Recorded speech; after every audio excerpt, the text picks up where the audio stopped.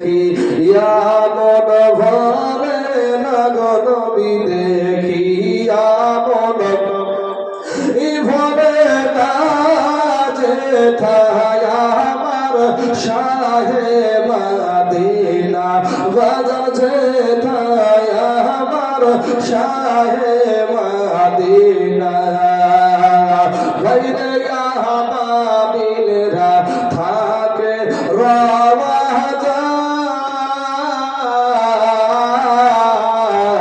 কবুতর তার ডিম পাড়িয়া বসিল সেথায় হাইরে বাবিলরা থাকে রওয়া যায় কবুতর তার ডিম পাড়িয়া বসিল সেথায় আমরা মানুষ কপাল পুরা আমরা মানুষ কপাল পুরা এই নবীরে চিনিলাম না যেথায় আমার শাহে মদিনা বাজার যেথায় আমার শাহে মদিনা ভাইরে হিজরতের পাহাড়ে মাগরসাই কবুতর তার ডিম পাড়িয়া বসিল সেথায় নাবির দুই কবুতরে নাবির দুই কবুতরে হাজিরা পাওয়াই খানা যেথায় আমার শাহে মদিনা বাজার যেথায় আমার শাহে মদিনা হাইরে বাবিলরা থাকে রওয়া যায় কবুতর তার ঠোঁট লাগিয়া গুম্বুজ চুমা খায় জোরে বলে সুবহানাল্লাহ ওরে বাবিলরা থাকে রওয়া যায় কবুতর তার ঠোঁট লাগিয়া গুম্বুজ চুমা খায় আমরা মানুষ কপাল পুরা সেই নবীরে চিনিলাম না সেটা যেথায় আমার শাহে মদিনা বাজার যেথায় আমার শাহে মদিনা ভাই গো এই তাই শুনের মনের বাসনা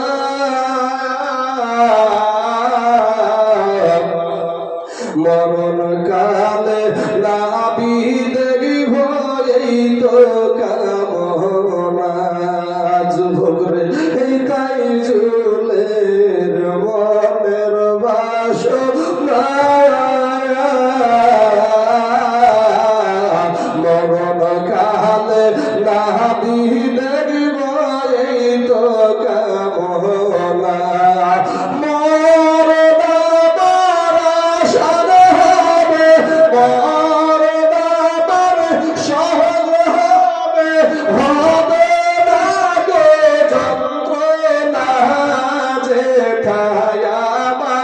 শাহে মদিনা বাজার যেথায় আমার শাহে মদিনা দেখিয়া মন ভবে না গো নবী দেখিয়া মন ভবে না যেথায় আমার শাহে মদিনা হয় বাবা এই উরুর উপরে আমার দয়ার নবী মাথা দিয়ে বাবা বিশ্রাম করেছেন ঘুমিয়ে গেছেন এইদিকে বাবা ওই গর্তের ভিতরে ছিল একটা বিষধর সাপ ওই বিষধর সাপটা এসে আবু বকর সিদ্দিকের পায়ে বাবা দংশন করে দিয়েছে যখন দংশন করেছে বাবা গো চন্দ্রের মতো কত সুন্দর চেহারা নুরানি চেহারা বাবা যারা আল্লাহ চেহারাতে নূর দান করে। ধরে বলেন সুবহানাল্লাহ। দুনিয়ার জমিনে মানুষকে পাগল করার জন্য কত রকমের মেডিসিন মাধ্যমে মা জননীরা বলেন আমার ভাইয়েরা, দুনিয়ার জমিনে মানুষকে যুবকদেরকে পাগল করানোর জন্য তুমি কত রকমের তোমার মেডিসিন ব্যবহার করো। চেহারাটা যদি কালো থাকে ফর্সা করার চেষ্টা করো। আজকে আমার তুমি যে মেডিসিন মাখো, এই মেডিসিন মাখতে মাখতে তোমার নাম চিলকে পর্যন্ত তুলে ফেলো। কিন্তু আজকে তোমাকে এমন একটা ওষুধ আমি দিয়ে যাই মা, একটু কানে করে নিয়ে যান গো মা, এটা আপনার জন্য কবর আলোকিত হয়ে যাবে, দুনিয়া তো আলোকিত হয়ে যাবে। জোরে বলেন সুবহানাল্লাহ। পুরো আল্লাহর বান্দা বান্দি যদি নামাজি ফজরের নামাজ পড়ে ওযু করে, ও বাবা গো ফজরের নামাজ আপনার ওযু করে যদি ফজরে কেউ নামাজ পড়ে, আমার আল্লাহ তার চেহারায় নূর দান করে দেয়। জোরে বলেন সুবহানাল্লাহ। নামাজ পড়তে রাজি না বাবা, নামাজ পড়তে রাজি না, সারা রাত মোবাইল চালিয়ে বাবা রে সকাল বেলায় ফজরের টাইমে আরাম করে ঘুমায়। আমার আল্লাহ বলে ও বান্দা বান্দি তোকে আমি আদর করে সৃষ্টি করেছি রে বান্দা বান্দিরা, আমি তোর আল্লাহ, আমি তোর রব। সারা রাত তোদের জন্য আরাম করার জন্য আমি রাত্রি দিয়েছি, তুই এই রাতের বেলাতে আরাম করলি। আমি আল্লাহর সাথে একটু দিদার করে যা। ফজরের টাইমে আপনার আমার আল্লাহ ডাকে রে বাবা, আমার আল্লাহ তার বান্দাদেরকে ডাকে, আই রে বান্দা আয় আমাকে তোরে, তোরা আমাকে এসে যখন সেজদা করে আমি খুশি হয়ে যাই, আর খুশি হয়ে তোর জীবনের গুনাহকে মাফ করে দিই। জোরে বলেন সুবহানাল্লাহ। আবার যখন জোহরের টাইম হয় আমার আল্লাহ ডাক দেয় বান্দা বান্দি রে, সেই ফজরের টাইমে তোর সঙ্গে আমার কথা হয়েছে, ওরে বান্দা বান্দি আয় না আয়, একটু আয়। মুয়াজ্জিন সাহেব ডাক দিয়েছে বান্দা বান্দি আয় রে, আমার সঙ্গে যদি দাঁড় করে যা। আসরের টাইমে ডাক দেয়, মাগরিবের টাইমে ডাক দেয়, ইশার টাইমে ডাক দেয়, বলে বান্দা আয় রে বান্দা আয়। সারা রাত তুই আরামের ঘুম ঘুমাবি, ঠিক আছে রে বান্দা, কিন্তু তোর ঘুমের জন্য যে আমি আরাম করার জন্য রাত্র দিয়েছি, ওরে বান্দা এই রাত্র যদি আমি না দিতাম পৃথিবীর জমিনে কেউ তোদেরকে রাত দিতে পারতো না, কেউ তোদেরকে দিন দিতে পারতো না। আমি আল্লাহ তোদেরকে মায়া করে দয়া করে দিন দিয়েছি। আই রে বান্দা আয় আমার সঙ্গে দিদার করে যা, তারপর আরামে বিছানায় ঘুমিয়ে যা। ও বান্দা তুই এশারের নামাজ পড়লে তোর জন্য আমার রহমতের ফেরেশতা তোকে পাহারা দেওয়ার জন্য প্রস্তুত হয়ে আছে। জোরে বলেন সুবহানাল্লাহ। কিন্তু বাবা গো আজকে মুয়াজ্জিনের আযান কানে শুনতে পাই, এরপরও মসজিদে যাই না বাবা, এরপরও আল্লাহকে সিজদা করতে চাই না। আমার আল্লাহ বলে বান্দা তুই মনে করছিস আমার চাইতে তোর বাবা তোকে বেশি ভালোবাসে, ওরে বান্দা তুই মনে করছিস আমার চাইতে তোর সন্তান তোকে বেশি ভালোবাসে, ওরে বান্দা তুই মনে করছিস আমার চাইতে তোর বিবি তোকে বেশি ভালোবাসে, ওরে বান্দা তুই মনে করছিস আমার চাইতে তোর প্রেমিকা তোকে বেশি ভালোবাসে। না রে বান্দা না, আমি আল্লাহর চাইতে তোকে কেউ বেশি ভালোবাসে না। একবার জোরে সরে বলেন না সুবহানাল্লাহ। আসমান সৃষ্টি করেছি আমার বলি নাই রে বান্দা, আমি জমিন সৃষ্টি করেছি আমার বলি নাই রে বান্দা, আমি সূর্য সৃষ্টি করেছি আমার বলি নাই রে বান্দা, আমি চন্দ্র সৃষ্টি করেছি আমার বলি নাই রে বান্দা। ওরে বান্দা তুই হলি আমার, জোরে জোরে বলেন না সুবহানাল্লাহ। আল্লাহ ডাক দিয়ে বলে বান্দা রে দুনিয়ার জমিনে আমি তোকে বড় দুর্বল করে সৃষ্টি করেছি রে বান্দা। আল্লাহ কোরআনে বলেন খুলিকাল ইনসানু দাঈফা, আল্লাহ মানুষকে বড় দুর্বল করে সৃষ্টি করেছে। এখন আপনি বলছেন ভগবান গুলা থানা, রানী তলা থানা, লালুগুলা থানা, 14টা থানা মিলে আমাদের মারা বন্ধ করতে পারে না। ইলেকশনের টাইমে, ভোটের টাইমে কিসের দুর্বল আমরা? এ যুবক ভাইরা, এ আমার কানে মাওলা মুসলমানেরা, নবীর উম্মতরা শোনেন গো, আমার আল্লাহ যেটা বলেছে দুর্বল, ওটাই হলো সঠিক কথা। তুমি যেটা বলছো সেটা হলো বেঠিক কথা। কারণ আমার আল্লাহ কোরআনে বলেছেন খুলিকাল ইনসানু দাঈফা, ইনসান বড় দুর্বল। এখন আপনি যদি বলেন দুর্বল না, আমি বলবো ভাই আপনি একটা মুরগির বাচ্চার কাছেও দুর্বল। একটা মুরগির বাচ্চা ডিমের ভিতরে আপনার যখন একটা মুরগি বসানো হয়, ওই মুরগির ডিমটা 21 দিন 22 দিন 23 দিনের ডিম থেকে ফিরে যায়। ডিম থেকে বেরানোর পরে যখন আপনার সকালবেলাতে ওই বাচ্চাগুলা ছেড়ে যায়, দেখবেন বাবা বাচ্চাগুলা হেঁটে বেড়ায়, মায়ের সাথে আপনার ঠুকরাইতে থাকলে, খেতে না পারলেও মায়ের সাথে ঠুকরায়। কিন্তু ভাই রে, তুমি তোমার মা জননীর গর্ভে ছিল 8 মাস, কেউ থাকে 8.5 মাস, কেউ থাকে 9 মাস, কেউ থাকে 9.5 মাস। এরপরে যখন বাবা হসপিটালে যখন আপনার বাচ্চারা প্রসব করে, বলেন তো ভাই মুরগির বাচ্চার মতন হাঁটতে হাঁটতে বাড়ি আসে নাকি? আসে না। মা চিনে না, বাবা চিনে না, দাদা চিনে না, দাদি চিনে না, কাউকে চিনে না। আমার আল্লাহ বড় বান্দা রে, আমি তোর আল্লাহ তোকে বড় মুহাব্বত করে সৃষ্টি করেছি রে বান্দা। আমি তোর আল্লাহ তোকে বড় ভালোবাসি বান্দা রে। ফিরে আয়, ফিরে আয়, তওবা করে আমি আল্লাহর কাছে ক্ষমা চা। আমি আল্লাহ তোর জীবনের সব গুনাহ মাফ করে দিব। জোরে বলেন সুবহানাল্লাহ। এ বাবাজি, এই যে আমার দুইখানা হাত, কোনো খুঁত নাই রে বাবা। এত সুন্দর নিখুঁত জিনিস কে দিল? কোন প্রধানমন্ত্রী দিয়েছে নাকি? কোন মুখ্যমন্ত্রী দিয়েছে নাকি? কোন এমপি দিয়েছে নাকি? কোন এমএলএ দিয়েছে নাকি? না রে বাবা না। আজকে বাবা একটা নেতার জন্য আমার ভাইয়ের গাড়ি আমি পাঁচিল কম মেরে দিই, একটা নেতার জন্য আমার ভাইয়ের বাড়িতে আমি বম ব্লাস্টিং করি। ও মুসলমান ভাই, তোমার যে নেতার জন্য তুমি মুসলমানকে আঘাত করো, ওই নেতা জীবনে কত মিথ্যা কথা বলেছে, এর কোনো শেষ নাই রে বাবা। কত নারীদের সাথে জেনাতে লিপ্ত হয়েছে, কত চুগলখড়ি করেছে, কত রকমের কত গুনাহে লিপ্ত হয়েছে। কিন্তু মুসলমানের যিনি নেতা, আমাদের দয়ার নবীর জীবনে কোনোদিন একটা মিথ্যা কথা নাই। কথা বলেন ঠিক না ঠিক? একটা মিথ্যা কথা আমার নবীর নবীজির আদর্শে নাই। কাফেরেরা আমার নবীকে আল আমিন বলে ডাকতো রে বাবা। শোনা বানি কি গো আমার যুবক ভাইরা, আজকে হাতগুলা ব্যবহার আল্লাহর রাস্তায় করি না। এত সুন্দর দুইখানা নিখুঁত আমার আল্লাহ পা দিয়েছে বাবা। এই নিখুঁত পা গুলা আমার আল্লাহর রাস্তায় ব্যবহার করতে রাজি না।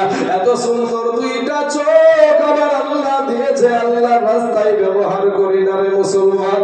এই চোখ যদি আমার আল্লাহ অন্ধ করে দুনিয়ার জমিনে পাঠায়া দিত, পৃথিবীর জমিনে ভাই এমন কোন ডক্টর ছিল না, এমন কোন সার্জন ছিল না, চোখটা আবার ফিরাইয়া দেয়। পারবে নাকি ভাই? চোখটা ফিরাতে পারবে না। আমার আল্লাহ বলে বান্দা রে, আমি আল্লাহ তোকে যদি নেগহা করে দুনিয়ার জমিনে পাঠায়া দিতাম, পৃথিবীর জমিনে এমন কোন ডক্টর ছিল না তোর আমার পা গুলা ফিরিয়ে দিতে পারে। তাহলে বাবা একটা বক্তা হয়েছে যার নাম হলো মনিরুল ইসলাম। দেখবেন যার নাম 13 ফুট নামে পরিচিত। এই 13 ফুটের দেখবেন এখান থেকে এটা বাবা নাই। যখন স্টেজে উঠে দেখবেন আপনার ঘাড়ে করে আপনার তাকে স্টেজে নিয়ে আসতে হয়। ও মুসলমান ভাই, আমার আল্লাহ এত সুন্দর করে আপনাকে দুখানা পা দিয়েছে, হাত দিয়েছে, চোখ দিয়েছে, আপনি ওইগুলার শুকরিয়া আদায় করেন না। আপনি হলেন আল্লাহর নাফরমান বান্দা, আল্লাহর নাফরমান বান্দা। আবার আল্লাহ ডাক দিয়ে বলে বান্দা রে, তুই দুর্বল, আর দুর্বল হওয়ার কারণে তোর উপরে আমার মায়াটাও বেশি। জোরে বলেন সুবহানাল্লাহ। দুর্বলের প্রতি আল্লাহর মায়া বেশি। শুধু আল্লাহরই দুর্বলের প্রতি মায়া না ভাই, আমাদের দুর্বলের প্রতি মায়াটা বেশি। কি করে আপনাদেরকে একটা এক্সাম্পল দিই। একটা মোবাইল 20,000 টাকা দিয়ে আপনি কিনলেন, নিয়ে এসে টেবিলে রাখলেন। আপনার দুইটা বেটা, কয়টা বেটা? দুইটা বেটা। একটার বয়স হলো 12 বছর আর একটার বয়স হলো 4 বছর। 12 বছরের ছেলেটা মোবাইলটা রাখা মাত্রই হাত দিয়ে ফেলে দিয়ে মোবাইলটাকে ভেঙে ফেললো। বলেন বাপ এক একটা থাপ্পড় লাগাবে না? লাগাবে না? যে হারামজাদা আমি এখনই কিনে নিয়েছি, এত শখ করা কষ্ট করা টাকা দিয়ে আমি মোবাইলটি কিনলে ফেলে দিয়ে ভেঙে ফেললি, 2 থাপ্পড় লাগাবে, ঠিক না ভাই? 2 থাপ্পড় লাগিয়ে দিবে। ওই একই অপরাধ ছোট ছেলেটাও করেছে। বাপ জানে যে একে যদি ওকে তো 2 থাপ্পড় দিয়েছি, একে যদি 2 থাপ্পড় লাগাই তো পটল তুলবে। বাপ কিন্তু এটা জানে। বাপ তখন রেগে গিয়ে চোখটা বড় করে ফেলবে। চোখটা বড় করার সঙ্গে সঙ্গে 4 বছরের বাচ্চার জ্ঞান হয়েছে, মোটামুটি জ্ঞান হয়েছে, বুঝতে শিখেছে যে আমার বাপ রেগে গেছে, তার আমি যে অন্যায় করেছি এর কারণে আমার বাপ রেগে গিয়েছে। এটা সন্তান 4 বছর ছেলেটা বুঝে। তো 4 বছরের ছেলেটা তখন কোনো কথা তো আর বলতে পারছে না ঠিক মতন। তখন বাপের চেহারার দিকে তাকিয়ে আর ভিতরটা কিন্তু মুখের আকৃতিটা দেখবেন আলাদা হয়ে যায়। ভয় পেলে, ছোট বাচ্চারা ভয় পেলে মুখের আকৃতিটা আলাদা হয়ে যায়। বাপ বুঝতে পারে যে আমার এই রকম তাকানোর কারণে আমার ছেলের কলেজা ফাটছে, আমার বেটার কলেজা ফাটছে। সঙ্গে সঙ্গে দেখবেন মারা তো দূরের কথা, সঙ্গে সঙ্গে কোলে তুলিয়ে বলে, ও বেটা তোমাকে বলিনি, তোমার ভাইকে বলেছি। বেটা তোমাকে বলিনি, তোমার মাকে বলেছি। এই কথা বলিনি ভাই আমরা, হ্যাঁ? তাই দুর্বলের প্রতি আপনারও মায়া বেশি। আমার আল্লাহ বলে, বান্দা রে আমি তোর আল্লাহর বান্দা, আমি তোর তুই বড় দুর্বল, তুই দুর্বল হওয়ার কারণে তোর উপরে আমার মায়াটা বেশি। বান্দা রে তোর চাইতে শক্তিশালী জীব আমি হাতিকে বানায়াছি, তোর চাইতে শক্তিশালী জীব আমি উটকে বানায়াছি, তোর চাইতে শক্তিশালী জীব আমি বাঘ বানায়াছি, তোর চাইতে শক্তিশালী জীব আমি মহিষকে বানায়াছি, তোর চাইতে শক্তিশালী জীব আমি গরুকে বানায়াছি। ওরে বান্দা তুই দুর্বল, এর কারণে বান্দারে তোকে ভালোবেসে মুহাব্বত করে আমি আল্লাহ তোদের জন্য ওই পায়া জানোয়ার গুলাকে তোদের গোলাম বানায়া দিয়েছি। জোরে বলেন সুবহানাল্লাহ। একটা উট মানুষের ইশারা চলে না? চলে না ভাই? একটা হাতি, সার্কাসে হাতি দেখেন না? বাঘ পর্যন্ত মানুষের ইশারায় চলে, চলে না? একটা গরু, মোষ, একটা মোষ যদি খেপিয়ে যায়, তার কাছে ভিড়া মাল আছে কেউ? একটা মহিষ ভিড়া মাল কেউ নাই। আমার আল্লাহ বলে, বান্দা তোদের জন্য আমি ওদেরকে গোলাম বানিয়ে দিয়েছি। জোরে বলেন সুবহানাল্লাহ। সেই আল্লাহকে ভাই ডাকতে রাজি না, সেই আল্লাহকে ডাকতে রাজি না, সেই কোরআন হাদিসের মাহফিলে আসতে রাজি না। একবার মুহাম্মদের সেই দুরূদ শরীফ পড়েন, আল্লাহুম্মা সাল্লি আলা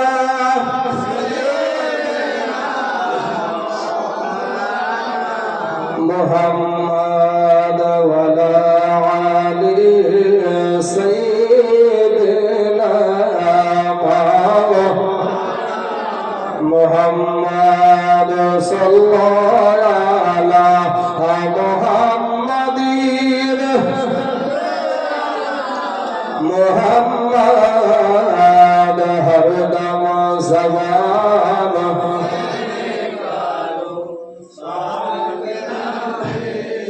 মুহাম্মাদ হরদম জবান সে কালো শফিআনা মুহাম্মাদ সাল্লাল্লাহু আলাইহি ওয়াসাল্লাম।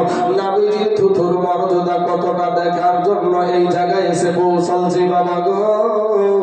এবার বাবা আবু বকর সিদ্দিককে আপনার সাপে দংশন করেছে। আবু বকরের চেহারা খানা চন্দ্রের মতো চেহারা, এত সুন্দর নুরানি চেহারা বাবা। ওই চেহারাটা সাপের বিষের কারণে একেবারে কালো হয়ে গেছে বাবা, কালো কুৎসিত হয়ে গেছে। কত যন্ত্রণা করে, তারপরেও আমার দয়াল নবীজির ঘুম ভাঙাই না, আমার নবীর ঘুম ভাঙাই না।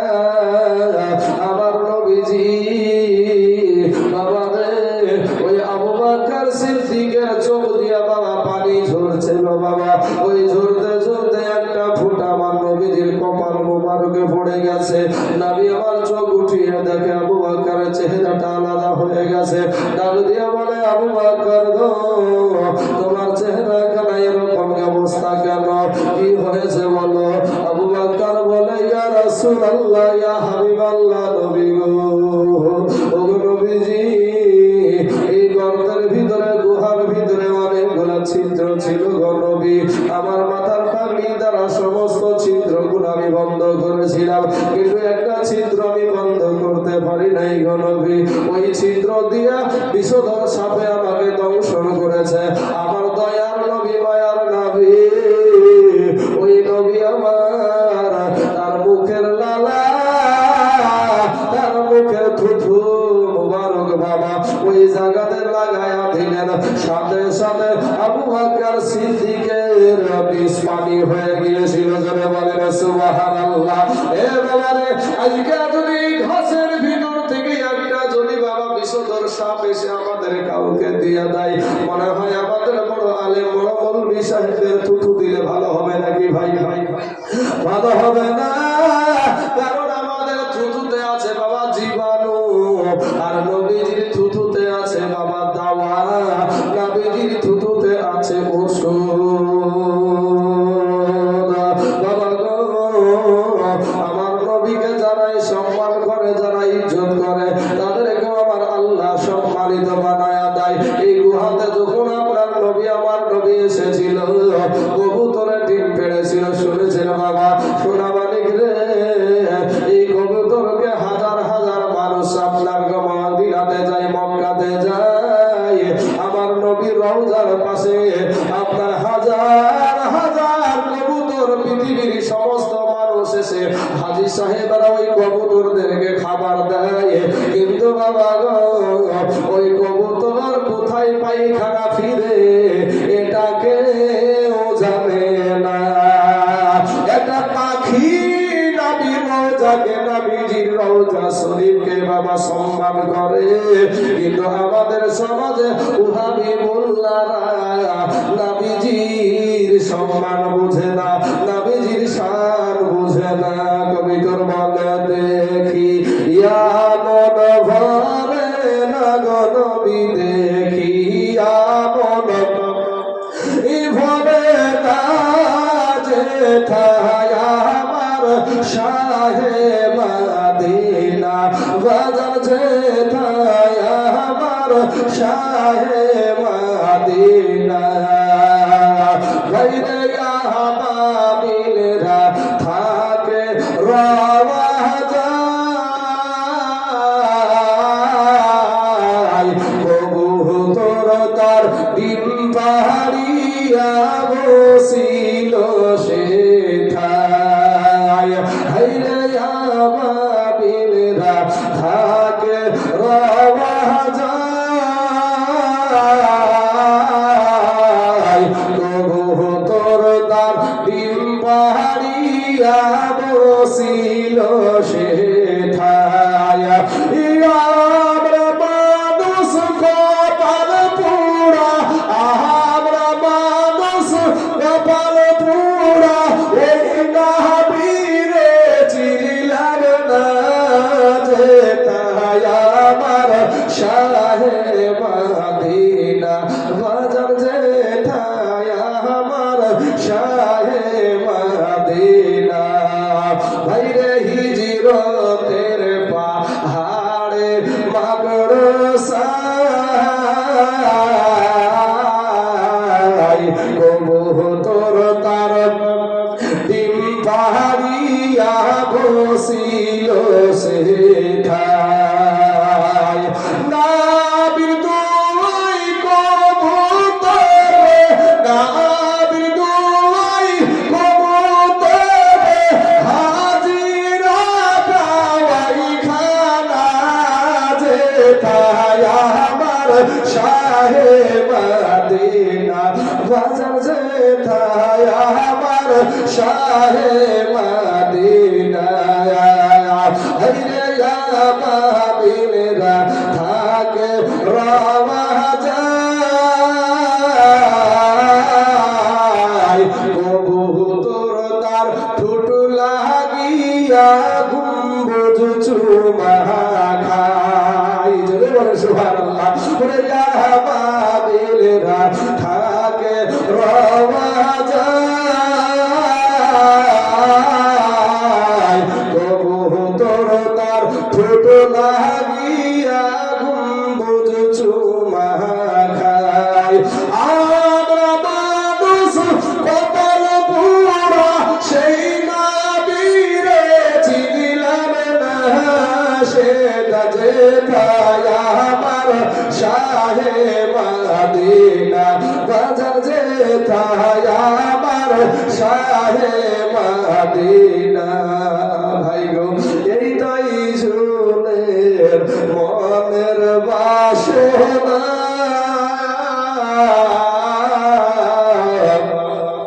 মরণ কালে নাবি দেখিব এই তো কামনা। যুবক রে এই তাই জুলের মনের বাসনা, মরণ কালে নাবি দেখিব এই তো কামনা।